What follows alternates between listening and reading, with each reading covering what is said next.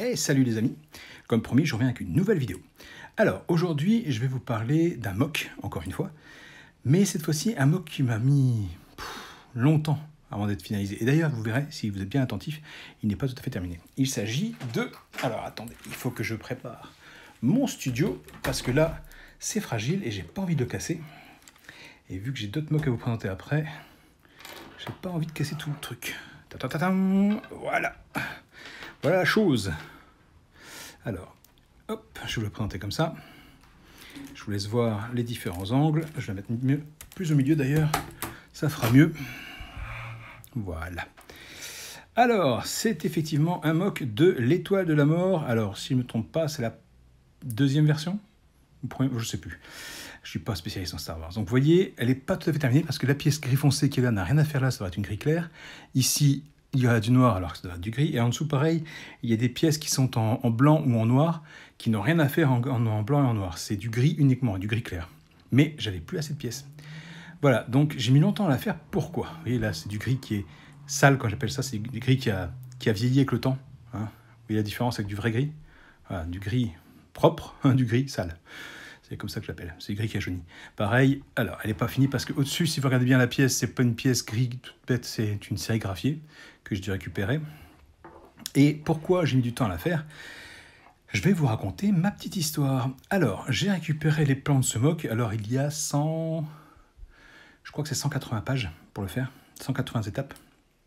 Et à la base, quand j'ai eu les plans, Mister Lego 168 me dit « Ah, mais moi, je vais la faire !»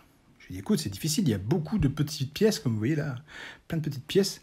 Ça va être compliqué. » Il m'a dit « Ah, t'inquiète pas, tu me donnes les pièces, je vais le faire. » Alors, je lui ai donné toutes les pièces.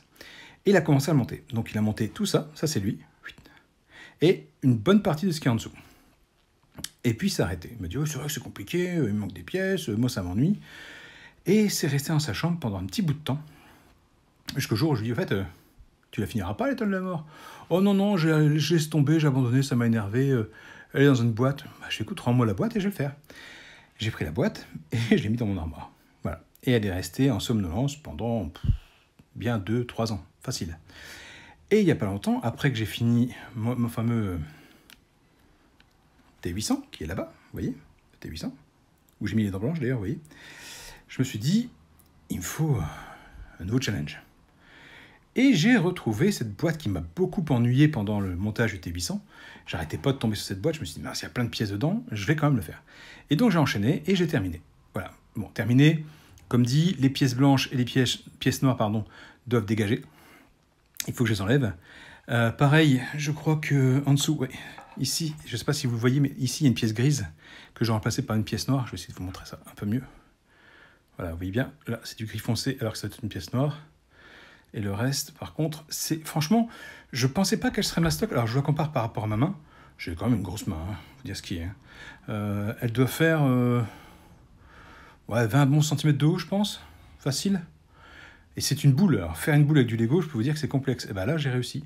Les techniques sont assez innovantes. J'ai bien aimé.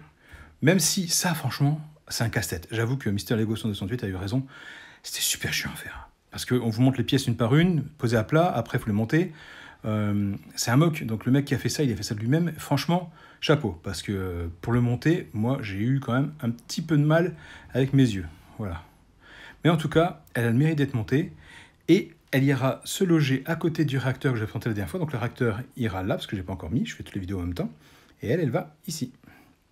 Voilà, donc en tout cas, dites-moi ce que vous pensez de ce mock, parce que vous ne le trouverez pas en commerce. Dites-moi si effectivement vous le laisseriez tel quel, ou est-ce que vous changeriez les pièces. Bon, surtout celle-là. Là. Je pense que c'est celle-là qu'il faudrait que je change, mais j'en ai plus pour l'instant du gris clair. Celle-ci et celle d'en haut. J'aurais peut-être même dû échanger, mais je crois que celle du bas, j'ai mis une sorte de radar, parce que je n'avais pas la bonne pièce. Mais voilà, je voulais vous montrer cette Étoile de la Mort, donc je suis assez fier. Sachant qu'on a aussi l'UCS, hein, l'énorme Étoile de la Mort qui est dans la chambre de Mister Lego 168. Donc aucun souci, vous inquiétez pas, on a les deux. Celle-là, c'est juste la mienne à moi, qui reste dans mon décor. Voilà, bah écoutez, dites-moi si vous avez aimé, n'hésitez pas à mettre le pouce bleu, liker, partager, commenter, etc., etc. Je reste à votre disposition pour toutes les questions, et je vous dis à la semaine prochaine. Ciao, ciao, ciao.